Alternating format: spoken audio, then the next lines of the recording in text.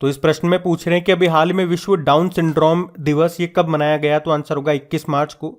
तो हर साल 21 मार्च को वर्ल्ड डाउन सिंड्रोम डे के रूप में मनाया जाता है, जिसका उद्देश्य है इस अनुवांशिक समस्या से पीड़ित लोगों के समर्थन को बढ़ावा देना। थीम क्या है? हमारे साथ, हमारे लिए नहीं। डाउन सिंड्रोम की बात करें, इसे ट्राइसोमी 21 के नाम से भी जानते हैं। ये एक अनुवांशिक विकार है और इसमें जो बच्चा होता है वो अपने 21वें गुणसूत्र यानी कि 21वें क्रोमोसोम की एक्स्ट्रा कॉपी के साथ पैदा होता है। वैसे 21 मार्च को हम बताऊं टोटल में आपको 5 डे मनाते हैं। एक ये हो गया। दूसरा डे है वर्ल्ड पोइट्री डे, विश्व कविता दिवस, जिसकी थीम है always be a poet even in prose. और 21 मार्च को ही अंतर्राष्ट्रीय नौरोज दिवस के रूप में भी मनाया जाता है। नौरोज का अर्थ होता है नया दिन। और 21 मार्च को नस्लीय भेदभाव के उन्मूलन के लिए अंतर्राष्ट्रीय दिवस के रूप में भी मनाते हैं। अब एक और डे कौन सा रह गया, अगर आपको बताए तो कमेंट बॉक्स में टाइप करके बताइए, वो मैं आपको आगे बताऊंगा। अभी बढ़ते हैं आगे। फिर बताइए, अभी हाल ही में अंतर्राष्ट्रीय वन दिवस कब मनाया गया, तो आंसर होगा 21 मार्च को। तो हमारे जीवन में जंगलों, वुडलैंड्स और पेड़ों के महत्व के बारे में जागरूकता बढ़ाने के लिए 21 मार्च को दुनिया भर में अंतर्राष्ट्रीय वन दिवस, इंटरनेशनल डे ऑफ फॉरेस्ट के रूप में मनाया जाता है। थीम क्या है? वन और स्वास्थ्य। अच्छा, पहले मैं आपको 2 प्रश्न पूछूंगा। भारत का पहला वन विश्वविद्यालय, फॉरेस्ट यूनिवर्सिटी, कहाँ पे स्थापित होगा? तो आंसर करना है तेलंगाना में। और हमने पढ़ा था, फॉरेस्ट रिपोर्ट आई थी 2021, पिछले साल आई थी, 17वां एडिशन था इसका। 3 पॉइंट हमने पढ़े थे कि क्षेत्रफल के मामले में एरिया वाइज सबसे ज्यादा फॉरेस्ट आपको मिलेंगे मध्य प्रदेश में, ये आपको पता है। लेकिन वनों में सबसे ज्यादा वृद्धि कहां पे देखी गई, तो आंध्र प्रदेश आंसर होगा। और प्रतिशत वाइज, परसेंटेज वाइज वृद्धि सबसे ज्यादा कहां देखी गई, तो फिर आंसर होगा मिजोरम में। ये जरूर याद रखना। प्रश्न में आपसे पूछ रहे अभी हाल ही में विश्व जल दिवस कब मनाया गया, तो आंसर होगा 22 मार्च को। तो हर साल 22 मार्च को वर्ल्ड वाटर डे के रूप में मनाया जाता है, ताकि वैश्विक जल संकट के बारे में जागरूकता पैदा की जा सके। बात करें इस बार की थीम क्या है, तो आंसर होगा एक्सेलरेटिंग चेंज। वैसे 22 मार्च को बिहार दिवस के रूप में भी मनाया जाता है। बंगाल से बिहार के अलग होने की याद में ये दिन मनाते हैं, क्योंकि 22 मार्च 1912 को ये बंगाल प्रेसिडेंसी से अलग हुआ था। और जल से आपको याद आएगा, अभी मोदी जी ने राजस्थान के सिरोही जिले में जल जन अभियान शुरू किया था। बताओ भी राष्ट्रीय स्वच्छ गंगा मिशन के डायरेक्टर जनरल कौन है, तो आंसर होगा जी अशोक कुमार बने थे। और भारत का पहला स्वच्छ सुजल प्रदेश कौन सा बना, अंडमान निकोबार। और हर घर जल वाला पहला प्रमाणित राज्य यह है गोवा, जबकि पहला प्रमाणित यूनियन टेरिटरी बना था दादरा व नागर हवेली और दमन व दीव। और मध्य प्रदेश का बुरहानपुर ये बना था देश का पहला हर घर जल प्रमाणित जिला। तो राज्य मैंने आपको बता दिया, जिला बता दिया और यूनियन टेरिटरी बता दिया। चलिए फिर बताइए, हाल ही में विश्व मौसम विज्ञान दिवस कब मनाया गया, तो आंसर होगा 23 मार्च को। तो हर साल 23 मार्च को वर्ल्ड मेटेरोलॉजिकल डे के रूप में मनाया जाता है। और इस बार की थीम क्या है? जनरेशन के साथ मौसम, जलवायु और जल का भविष्य, यानी कि the future of generation, climate and water across generation. और 23 मार्च को ही क्यों मनाते हैं? क्योंकि विश्व मौसम विज्ञान संगठन यानी कि वर्ल्ड मेटेरोलॉजिकल ऑर्गेनाइजेशन की स्थापना होती है 23 मार्च 1950 को, इसीलिए। वैसे इस ऑर्गेनाइजेशन का, संगठन का हेडक्वार्टर मिलेगा जेनेवा स्विट्जरलैंड में। और आपको बता दूं, 23 मार्च को हम शहीद दिवस के रूप में भी मनाते हैं, क्योंकि 23 मार्च 1931 को आज़ादी के लिए लड़ने वाले भगत सिंह, राजगुरु और सुखदेव को अंग्रेजों ने फांसी की सजा दी थी। वैसे हम महात्मा गांधी जी के सम्मान में भी 30 जनवरी को भारत में शहीद दिवस के रूप में मनाते हैं। चलिए फिर बताइए, अभी विश्व क्षय रोग दिवस यानी कि वर्ल्ड टीबी डे कब मनाया गया, तो आंसर होगा 24 मार्च को। हर साल 24 मार्च को हम ये वर्ल्ड टीबी डे के रूप में मनाते हैं। और इस बार की थीम क्या है? Yes we can end TB. हाँ, हम टीबी को खत्म कर सकते हैं। वैसे दुनिया में टीबी खत्म करने का लक्ष्य कब का है? 2030 का है। लेकिन भारत में ये लक्ष्य 2025 का है। और भारत में मलेरिया को खत्म करने का लक्ष्य 2030 है। और ये जो टीबी है ये किसके कारण होता है? ये बैक्टीरिया जनित रोग है। कौन सा बैक्टीरिया? Mycobacterium tuberculosis. और इसको खत्म करने के लिए यानी कि इसके इलाज में कौन सा टीका लगता है? तो बीसीजी का टीका लगता है। बीसीजी की फुल फॉर्म याद रखना, बैसिलस कैलमेट गुएरिन। और एक बार प्रश्न यहाँ से ये भी पूछा गया कि इस टीके की खोज किसने की थी, तो आंसर होगा लियोन कैलमेट और कैमिली गुएरिन ने। तो अगर बीसीजी का फुल फॉर्म आपको पता है तो इसके खोजकर्ता का नाम आप पता लगा सकते हो, कैलमेट गुएरिन। अच्छा, एक और प्रश्न बनेगा कि अभी टीबी मुक्त भारत अभियान है, निक्षय मित्र जिसकी राजदूत कौन बनी थी? दीपा मलिक बनी थी।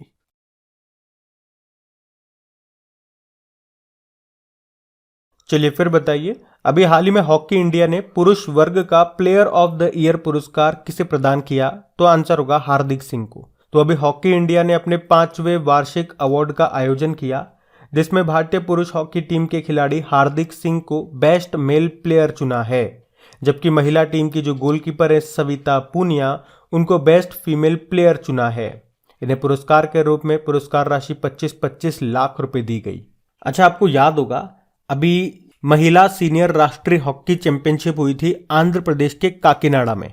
उसमें टॉप किया था मध्य प्रदेश ने, सेकंड पे महाराष्ट्र था। चलो ये बताओ, भारतीय पुरुष हॉकी टीम के कोच कौन बने हैं? क्रेग फुलटन बने हैं, ये साउथ अफ्रीका से हैं, ये नाम भी याद रखना। और अगर मैं आपसे पूछूं, अभी नेशनल आइस हॉकी चैंपियनशिप जो कि लेह लद्दाख में हुई थी, उसको किसने जीता? आईटीबीपी ने जीता, लद्दाख स्काउट्स को हरा करके। और सबसे इंपॉर्टेंट, भी जो मेंस हॉकी वर्ल्ड कप का आयोजन हुआ था भारत में, उड़ीसा में हुआ था, 15वां संस्करण था, उसको किसने जीता? जर्मनी ने जीता, बेल्जियम को हरा करके। वैसे आप जानते हो हॉकी इंडिया के अध्यक्ष का नाम क्या है? दिलीप तिर्की है। साथ में याद रखना, अंतरराष्ट्रीय हॉकी महासंघ के अध्यक्ष का नाम क्या है? मोहम्मद तैयब इकराम है। अच्छा, हॉकी से संबंधित कुछ कप्स हैं, कुछ ट्रॉफीज हैं, वो भी याद रखो, जैसे कि अजलान शाह कप हो गया, आगा खां कप हो गया, नेहरू कप हो गया, ध्यानचंद कप हो गया, रंगा स्वामी कप हो गया, सिंधिया कप हो गया, रणजीत सिंह कप। इसका संबंध भी आपके हॉकी से है। वैसे इंटरनेशनल हॉकी फेडरेशन का हेडक्वार्टर कहाँ है? लुज़ेन, स्विट्जरलैंड में। तो ये पॉइंट्स पे ध्यान रखिएगा। बढ़ते हैं आगे। अगला प्रश्न है, south Asian football federation championship 2023 का आयोजन ये कहां पे होगा? तो आंसर होगा बंगलुरु में। South Asian football federation championship 2023, ये इसका 13वां संस्करण है इस बार। कब से कब तक? 21 जून से लेके 3 जुलाई तक, और इसको होस्ट करेगा बंगलुरु। याद रखना, भारत चौथी बार इस टूर्नामेंट की मेजबानी करेगा। और अगर बात करें कि पिछले 12 संस्करणों में भारत कितनी बार जीता है? 8 बार जीत चुका है भारत। अच्छा, फुटबॉल की बात हो रही है, कुछ इंपॉर्टेंट पॉइंट्स आपको बताऊंगा, मोस्ट इंपॉर्टेंट पॉइंट्स ध्यान से सुनना। सबसे इंपॉर्टेंट पॉइंट तो यही बन जाएगा, अभी आपका फीफा मेंस वर्ल्ड कप हुआ था 2022 में, जो कि इसका 22वां संस्करण था। कहां पे हुआ था? कतर में हुआ था, जिसका शुभंकर मैस्कोट क्या है? लाइव है। फाइनल फ्रांस और अर्जेंटीना के बीच में खेला गया, अर्जेंटीना ने जीता, फ्रांस हार गया। 3 खिलाड़ियों के नाम मैंने आपको बताए थे, लियोनल मेसी का नाम, गोल्डन बॉल अवार्ड जीता। उसी तरह से फ्रांस के किलियन एम्बाप्पे का नाम गोल्डन बूट अवार्ड जीता, और अर्जेंटीना के एमिलियानो मार्टिनेज का नाम गोल्डन ग्लव अवार्ड जीता इन्हें। अगला वाला जो फीफा वर्ल्ड कप होगा वो 2026 में होगा, 3 देशों में होगा, यूएस, कनाडा और मैक्सिको में होगा। और आपको ये भी याद रखना है, अभी 2023 में फीफा महिला विश्व कप होगा, ऑस्ट्रेलिया और न्यूजीलैंड में होगा। उसका मैस्कॉट यानी कि शुभंकर तजुनी है, जो कि एक पेंगुइन है। और अभी हमने पढ़ा था 76 नंबर की संतोष ट्रॉफी, इसको किसने जीता? कर्नाटक ने जीता, मेघालय को हरा करके। इसका फाइनल सऊदी अरब में हुआ था।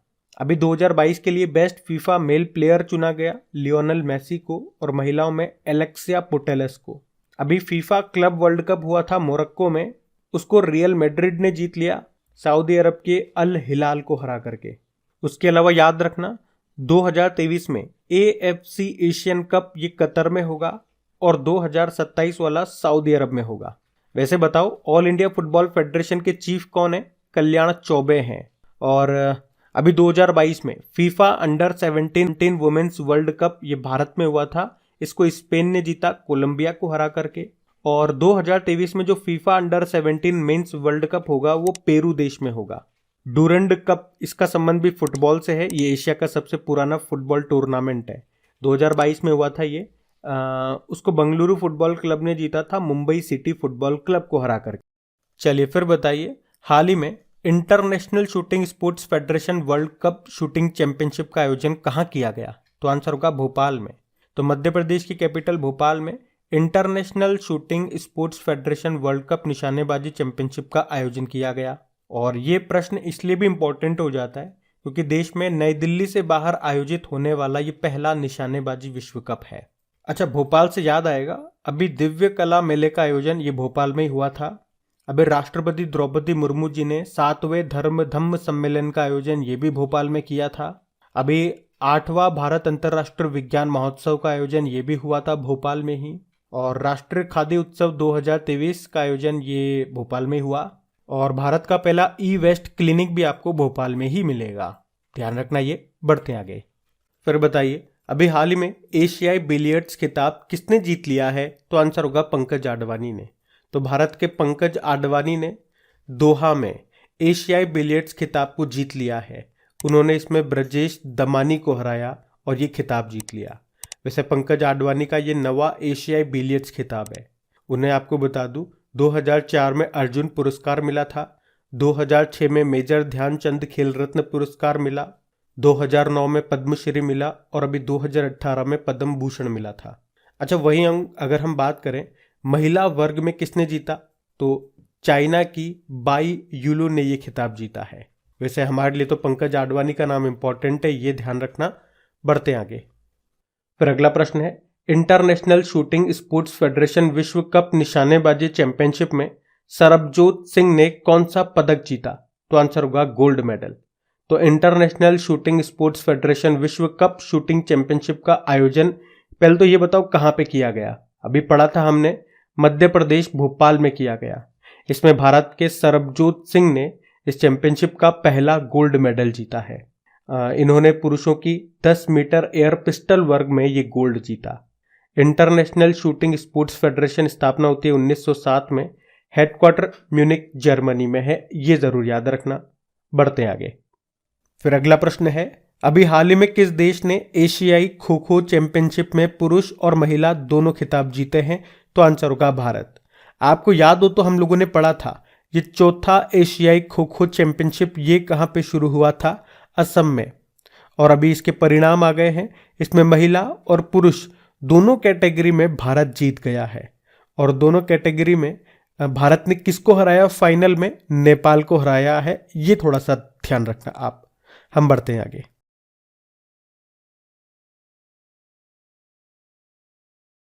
चलिए फिर बताइए, अभी हाल ही में वर्ल्ड हेल्थ ऑर्गेनाइजेशन ने partnership for healthy cities award 2023 से किस भारतीय शहर को सम्मानित किया? तो आंसर होगा बंगलुरु। तो अभी WHO ने हेल्दी सिटी शिखर सम्मेलन का आयोजन ये लंदन में किया और यहाँ विश्व के 5 शहरों को partnership for healthy cities award से सम्मानित किया। इन 5 शहर में एक भारतीय शहर भी है जो कि है बंगलुरु। और इन शहरों को ये पुरस्कार किसके लिए मिला? नो स्मोकिंग जोन घोषित करने के लिए, तंबाकू निषेध के लिए।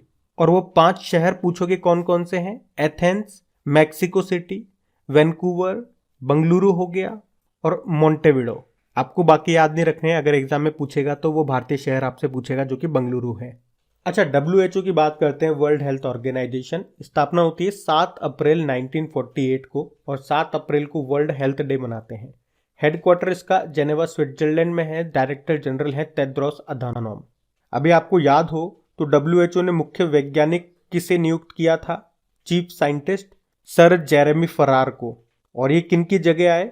सौम्या स्वामीनाथन की जगह। और बताओ, WHO ने global centre for traditional medicine की आधारशिला कहाँ रखी थी? गुजरात के जामनगर में।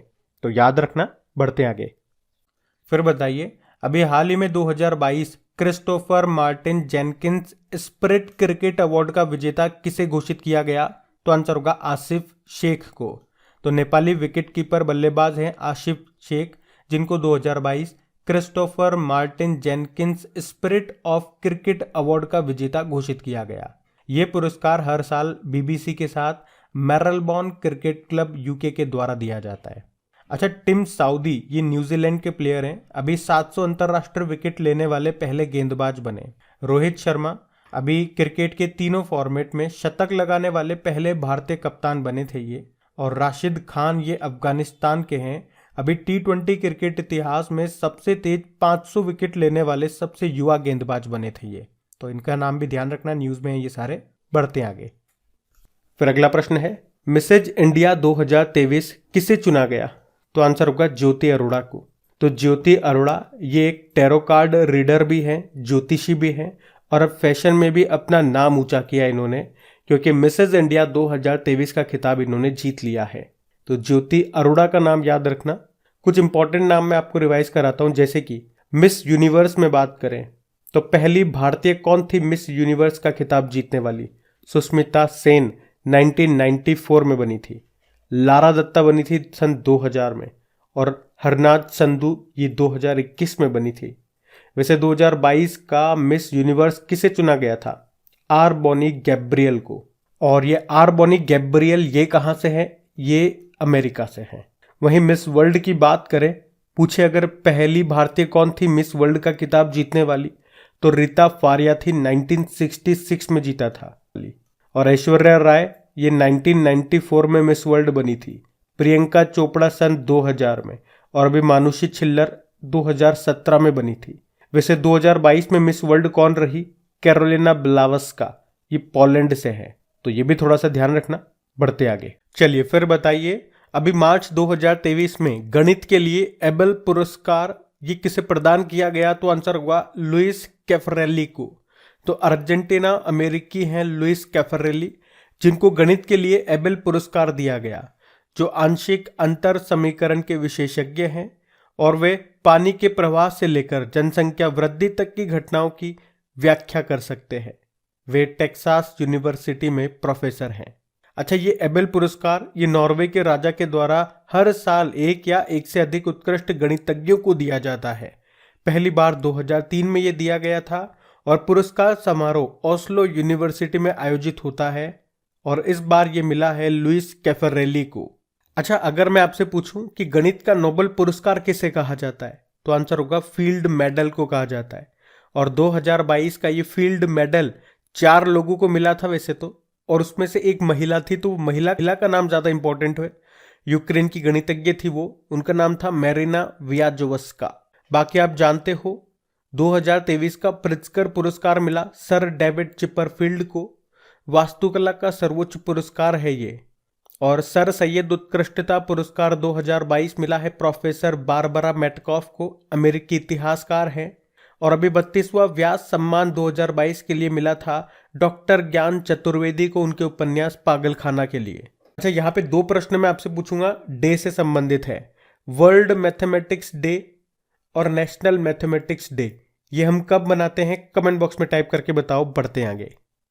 चलिए फिर बताइए, अभी केरल के सर्वोच्च सम्मान केरल पुरस्कारंगल से किसे सम्मानित किया गया? तो आंसर होगा एमटी वासुदेवन नायर को। एमटी वासुदेवन नायर याद रखना, अभी इनको केरल के सर्वोच्च नागरिक सम्मान से सम्मानित किया गया।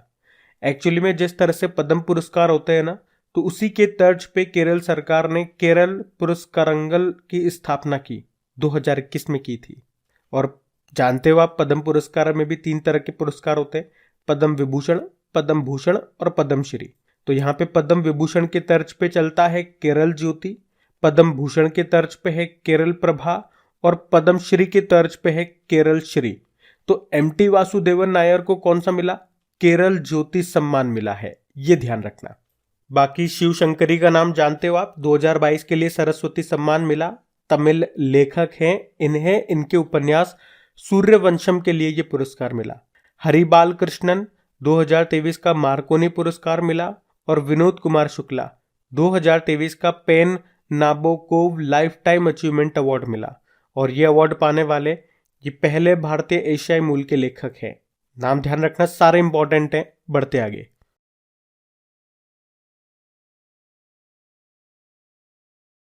फिर बताइए, अभी आईसीआईसीआई प्रूडेंशियल लाइफ के एमडीसीयू कौन बन गए? तो आंसर होगा अनूप बागची।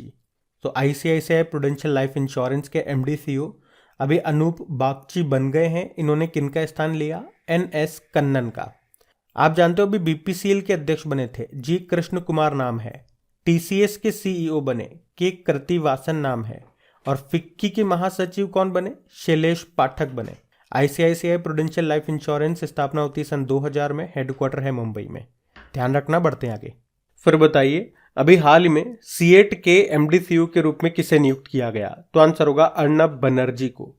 तो अभी टायर कंपनी है सीएट जिसने अपने एमडी सीईओ के रूप में अर्नब बनर्जी को नियुक्त किया है। वे किनका स्थान लेंगे?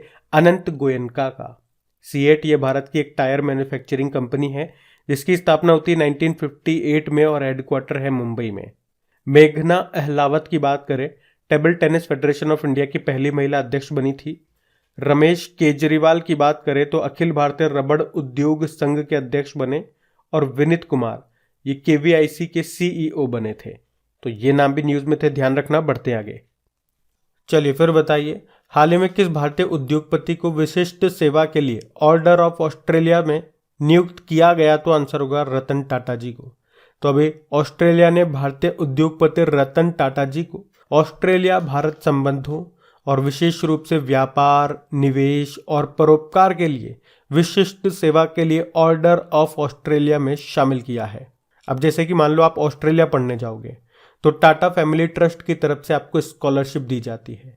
तो मतलब ये सभी चीजें होती हैं जिन्होंने भारत ऑस्ट्रेलिया संबंधों को बेहतर किया है, जिसके लिए ही उनको ये सम्मान मिला है। और रतन टाटा जी से आपको याद आएगा, बताओ भी किस राज्य ने इनको अपना सर्वोच्च नागरिक सम्मान से सम्मानित किया था? तो आंसर होगा असम ने। असम वैभव उस सम्मान का नाम है। और आपको बता दूं, जो टाटा ग्रुप है ये 2022 और 2023 में आईपीएल का टाइटल स्पॉन्सर है। वैसे रतन टाटा जी की जीवनी आई है, Ratan and Tata the authorised biography. इसको लिखा है डॉक्टर थॉमस मैथ्यू ने। वैसे अभी टीसीएस के नए सीईओ कौन बन गए? के कृतिवासन बन गए।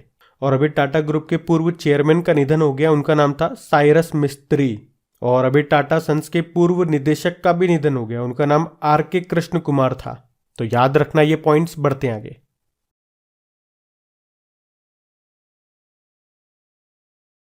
चलिए फिर बताइए, अभी झरनी योजना पोर्टल का उद्घाटन ये कहां पे किया गया? तो आंसर होगा झारखंड में। तो अभी झारखंड के जो मुख्यमंत्री हैं हेमंत सोरेन, उन्होंने इस झरनी योजना पोर्टल को लॉन्च किया है। अब क्यों किया?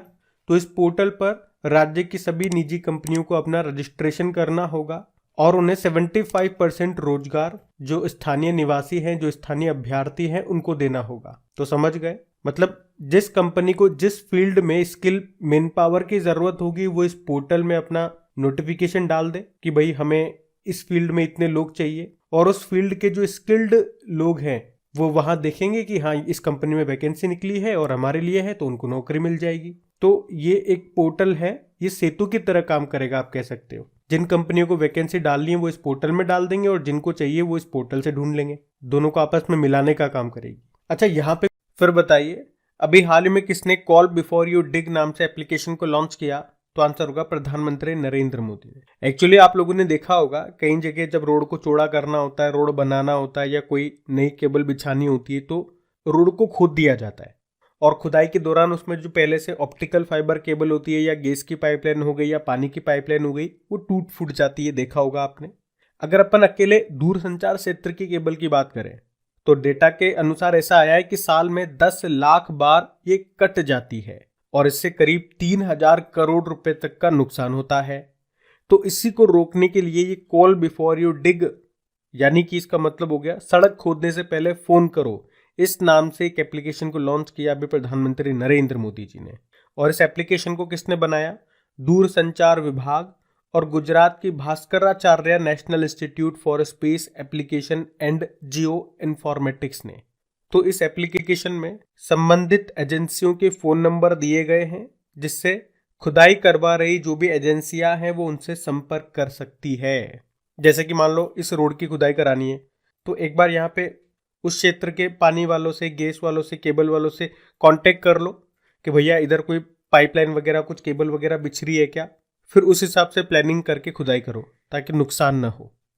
चलिए फिर बताइए, अभी किसने AIS मोबाइल एप्लीकेशन को लॉन्च किया? तो आंसर होगा आयकर विभाग ने। तो आयकर विभाग ने करदाताओं के लिए AIS नाम से मोबाइल एप्लीकेशन को लॉन्च किया है और इस एप्लीकेशन का इस्तेमाल कर टैक्स पेयर अपने TDS का फुल फॉर्म होता है टैक्स डिडक्शन एट सोर्स, और TCS का मतलब हो गया टैक्स कलेक्शन एट सोर्स का विवरण समेत ब्याज, लाभांश और शेयर सौदे से जुड़ी सारी जानकारी अपने मोबाइल पर ही देख सकेंगे इस एप्लीकेशन के जरिए। तो AIS मोबाइल एप्लीकेशन आपसे पूछे किसने जारी किया? आयकर विभाग ने। और फिर बताइए, अभी हाल ही में अश्नीर ग्रोवर ने किस नाम से क्रिकेट फैंटेसी स्पोर्ट्स एप्लीकेशन को लॉन्च किया? तो आंसर होगा क्रिक पे। तो भारत पे के को फाउंडर रहे अश्नीर ग्रोवर। इन्होंने एक नया क्रिकेट फैंटेसी स्पोर्ट्स एप्लीकेशन क्रिक पे, जिसका नाम है, इसको लॉन्च किया है। ये कुछ हद तक ड्रीम 11 और दूसरे जो गेमिंग प्लेटफॉर्म होते हैं उनके जैसा ही है। इस एप्लीकेशन को बनाया है थर्ड यूनिकॉर्न प्राइवेट लिमिटेड ने, जो अश्नीर ग्रोवर का ही है। तो इसका नाम याद रखना, क्रिक पे इस एप्लीकेशन का नाम है, ध्यान रखना। ये बढ़ते हैं आगे।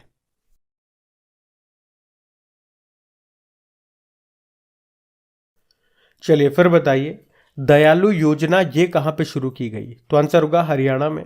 तो इस योजना में क्या है? तो जो अंत्योदय परिवार है, अंत्योदय का मतलब होता है जो बहुत गरीब परिवार है, उसे कहते हैं अंत्योदय। तो अंत्योदय परिवार में अगर किसी व्यक्ति की मृत्यु हो जाए या विकलांगता आ जाए तो सरकार उसे दयालु योजना के तहत वित्तीय सहायता देगी। और इसमें सरकार ने कहा कि इसमें वही परिवार आएंगे जिनकी वार्षिक आय 1.80 लाख से कम होती है। वैसे इस योजना का पूरा नाम है पंडित दीनदयाल उपाध्याय दयालु योजना। फिर बताइए, अभी हाल ही में किस राज्य के मुख्यमंत्री ने mission life style for environment, या इसे शॉर्ट में कहेंगे लाइफ, इसका उद्घाटन किया? तो आंसर होगा असम। तो असम के मुख्यमंत्री हैं हेमंत बिस्वा शर्मा। उन्होंने राज्य में mission life style for environment का भी उद्घाटन किया है, इसे लॉन्च किया है, जो कि प्रधानमंत्री नरेंद्र मोदी द्वारा नेतृत्व किया जाने वाला एक वैश्विक जन आंदोलन है। मतलब इस पहल का उद्देश्य क्या है? एक लाइन में अगर बात करें तो वातावरण के प्रति जागरूकता बढ़ाना इसका मुख्य उद्देश्य है।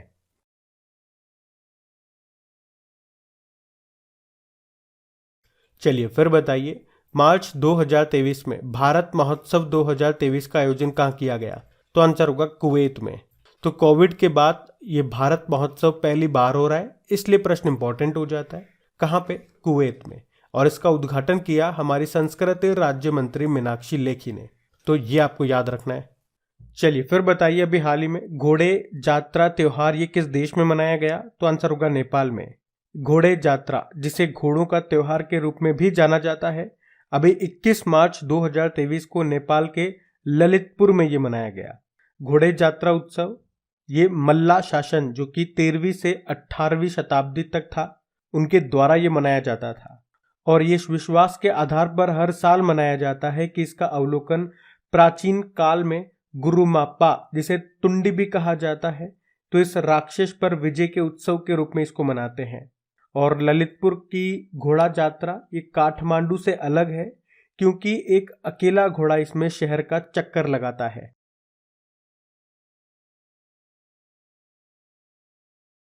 फिर बताइए, सेलिब्रिटी ब्रांड वैल्यूएशन रिपोर्ट के अनुसार 2022 में एंडोर्समेंट के लिए सबसे मूल्यवान सेलिब्रिटी कौन बना? तो आंसर होगा रणवीर सिंह। तो अभी हाल ही में जारी सेलिब्रिटी ब्रांड वैल्यूएशन रिपोर्ट के अनुसार रणवीर सिंह 2022 में विराट कोहली को पीछे छोड़कर सबसे मूल्यवान सेलिब्रिटी बन गए हैं। वहीं महिलाओं में बात करें तो आलिया भट्ट इस लिस्ट में सबसे आगे है। अभी रणवीर सिंह से याद आएगा, पेप्सी के ब्रांड एम्बेसडर भी बने थे ये, तो नाम ध्यान रखना। बढ़ते आगे। चलिए फिर बताइए, top 10 Hurun global rich list 2023 में एकमात्र भारतीय कौन है? तो आंसर होगा मुकेश अंबानी। तो 2023 के हुरुन ग्लोबल रिच लिस्ट के अनुसार रिलायंस इंडस्ट्रीज लिमिटेड के अध्यक्ष मुकेश अंबानी ये दुनिया के टॉप 10 अरबपतियों की सूची में शामिल होने वाले एकमात्र भारतीय हैं। वे इस लिस्ट में 9वें स्थान पर हैं और वे लगातार तीसरे साल एशिया के सबसे अमीर व्यक्ति हैं। इस लिस्ट में पहले स्थान पर है एलन मस्क, दूसरे पे जेफ बेजोस हैं, मुकेश अंबानी 9वें स्थान पर है। और अगर बात करें अरबपतियों की संख्या में, जो भारत है ये इस 2023 के हुरुन ग्लोबल रिच लिस्ट में तीसरे स्थान पर है।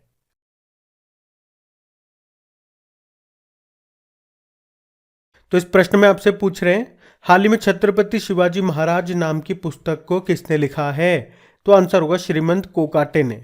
श्रीमंत कोकाटे ये एक प्रसिद्ध मराठी लेखक और इतिहासकार हैं, जिन्होंने भी हाल ही में अपनी पहली अंग्रेजी पुस्तक छत्रपति शिवाजी महाराज को जारी किया है, जिसे दिलीप चौहान ने अनुवाद किया है।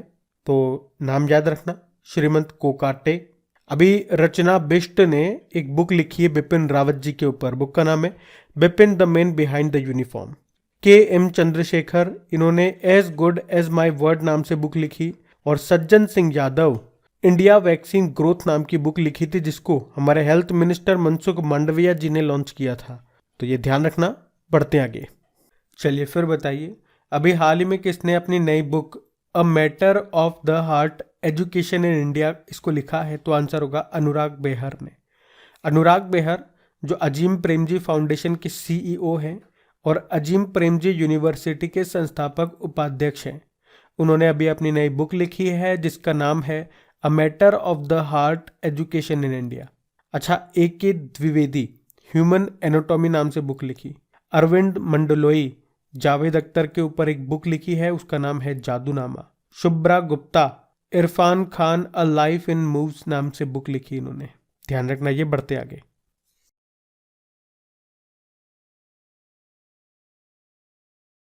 अच्छा, अगला प्रश्न क्या है? पहला वैश्विक पर्यटन निवेशक शिखर सम्मेलन ये किस शहर में आयोजित किया जाएगा? तो आंसर होगा दिल्ली में। तो पर्यटन मंत्रालय, और वैसे पर्यटन मंत्री कौन है हमारे? जी किशन रेड्डी हैं। तो अभी पर्यटन मंत्रालय अभी मई 2023 में पहला वैश्विक पर्यटन निवेशक शिखर सम्मेलन का आयोजन करेगा 17 से लेकर 19 मई तक, जिसका उद्देश्य क्या होगा? पर्यटन उद्योग में निवेश को आकर्षित करना। चलिए फिर बताइए, संयुक्त राष्ट्र 2023 जल सम्मेलन का उद्घाटन किस शहर में किया गया? तो आंसर होगा न्यूयॉर्क में। तो संयुक्त राष्ट्र 2023 जल सम्मेलन ये 22 से लेकर 24 मार्च तक न्यूयॉर्क अमेरिका में आयोजित किया जा रहा है। ये 50 सालों में पानी पर पहला सम्मेलन है और ताजिकिस्तान और नीदरलैंड के द्वारा आयोजित किया जा रहा है। तो ये सम्मेलन पानी पर अधिक ध्यान केंद्रित करना चाह रहा है। और आपको एक और इम्पॉर्टेंट पॉइंट बता दूं कि अभी यूनेस्को ने एक रिपोर्ट जारी की, उसके अनुसार दुनिया की 26% आबादी के पास सुरक्षित पेयजल नहीं है और 46% आबादी के पास सुरक्षित रूप से प्रबंधित स्वच्छता तक पहुंच नहीं है।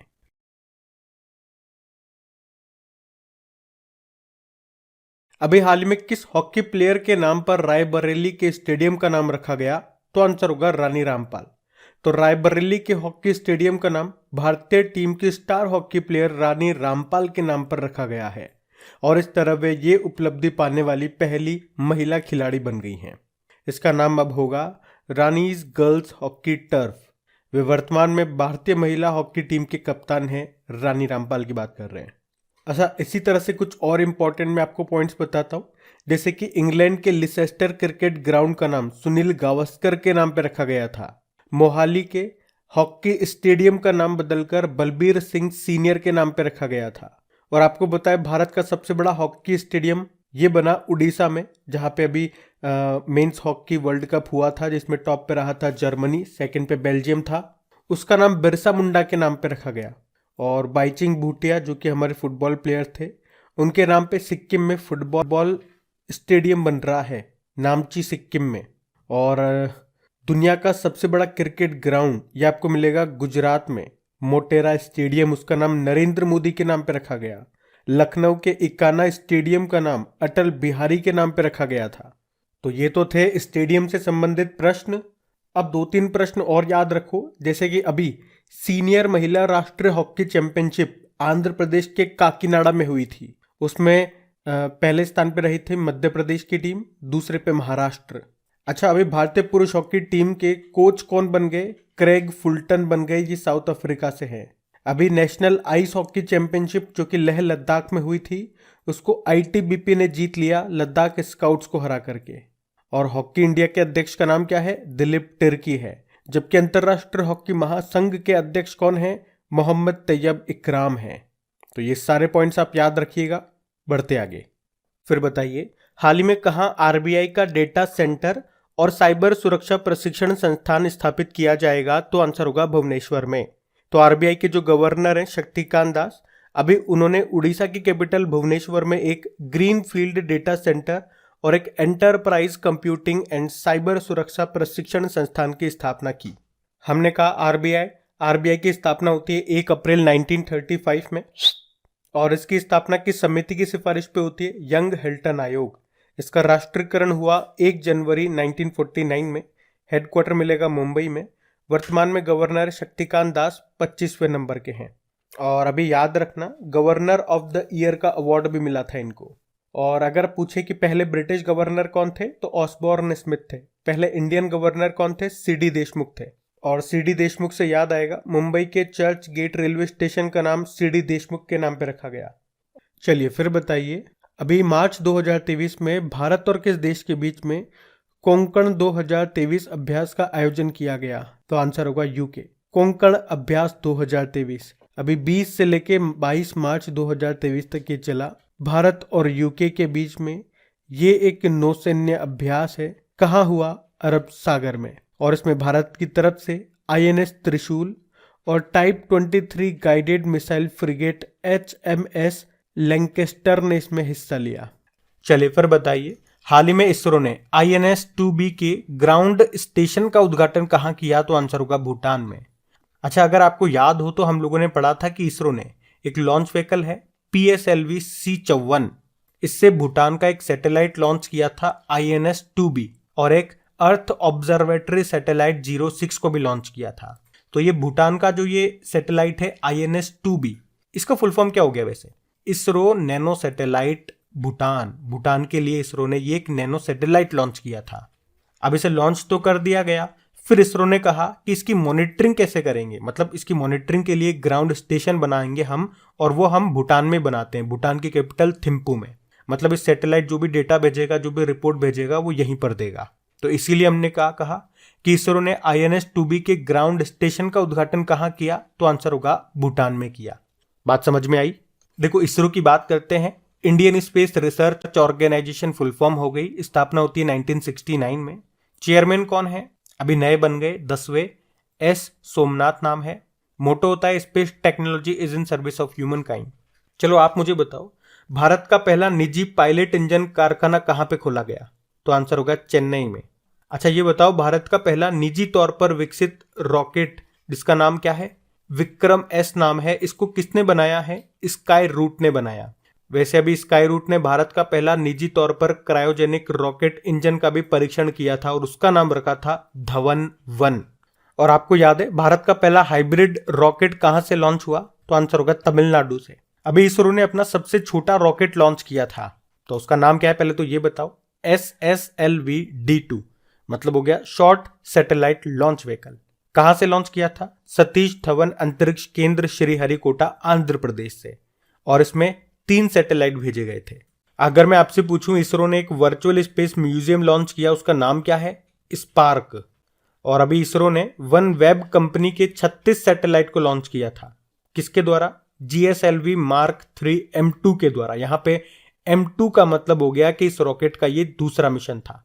और याद रखना, ये रॉकेट इसरो का अब तक का सबसे भारी रॉकेट है। तो देखो, 2 तरह के प्रश्न आपके वैसे ही तैयार हो गए। अगर पूछ ले इसरो का सबसे भारी रॉकेट GSLV Mark 3, और सबसे छोटा रॉकेट पूछे तो SSLV D2 है। चलिए फिर बताइए, किस देश ने G7 समिट में भारत को गेस्ट कंट्री के रूप में इनवाइट किया है? तो आंसर होगा जापान। अच्छा देखो, पहला पॉइंट तो यही बन जाएगा कि 2023 में G7 की अध्यक्षता ये कौन कर रहा है? तो आंसर होगा जापान। और G20 को होस्ट कर रहा है 2023 में भारत। G7 को तो जापान और G20 को भारत।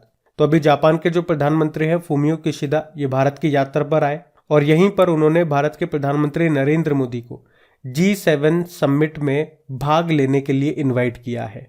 तो 2022 में इसकी अध्यक्षता ये जर्मनी के पास थी, 2023 में जापान के पास है। कौन से नंबर की है? 49 नंबर की है। जापान में कहाँ होगी? हिरोशिमा में। हिरोशिमा वही है जहां पे अमेरिका ने एटम बॉम्ब गिराया था। कब? 6 अगस्त 1945 को। और उस एटम बॉम्ब का नाम था लिटिल बॉय। उसके 3 दिन बाद 9 अगस्त को भी गिराया था नागासाकी में, और उस एटम बॉम्ब का नाम है फैट मैन। अच्छा, G7 स्थापना होती है इसकी 1975 में। 7 देश आते हैं इसके अंदर, और उन 7 देशों के नाम को याद रखने के लिए आपको एक छोटा सा काम करना होगा। आपको अपनी गर्लफ्रेंड को जूस पिलाना होगा। तो ये धर्म का काम, ये पुण्य का काम आप करोगे तो आपको ये सारे नाम याद हो जाएंगे। देखो, GF से बन जाएगा Germany, France, JUICE Japan, US, Italy, Canada और इंग्लैंड। हो गया याद?